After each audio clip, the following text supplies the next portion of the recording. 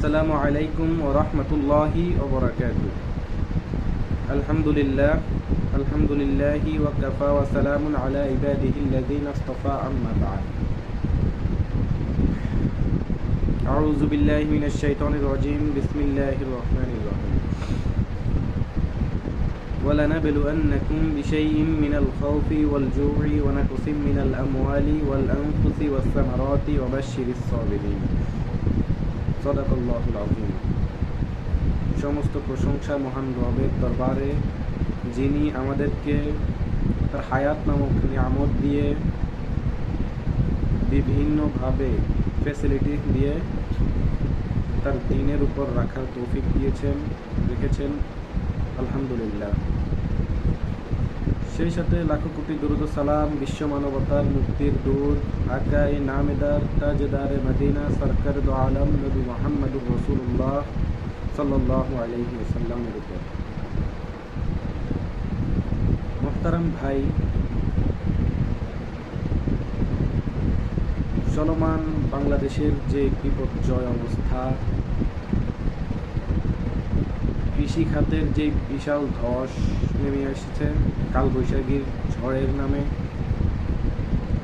আমাদের কৃষক ভাইদের তিলে তিলে গড়া স্বপ্ন, সেই বীজ কিনা থেকে শুরু করে জমি ছাপ করা, জমি নিড়ানো, সমস্ত খেদমত শেষ করে যখন ধান ঘরে আসার সময়, ঠিক এই সময় আল্লাহ রাব্বুল আলামিন কালবৈশাখী নামে একটি ঝড় দেন। এরই মধ্যে কৃষক ভাইদের স্বপ্ন মাটিতে মিশে যায়, পানিতে বিলীন হয়ে যায়। আল্লাহ সুবহানাহু ওয়া তাআলা এটি আমাদেরকে পরীক্ষা স্বরূপ দিয়ে থাকেন, অথবা এগুলো আমরা যা করি সব আমাদের পাপের প্রায়শ্চিত্ত স্বরূপ আল্লাহ রাব্বুল আলামিন দিয়ে থাকেন। এই অবস্থায় এত কোরবানি, এত বড় ত্যাগ, এটা আসলেই একজন কৃষকের পক্ষে সহ্য করা বড় কঠিন হয়ে পড়ে।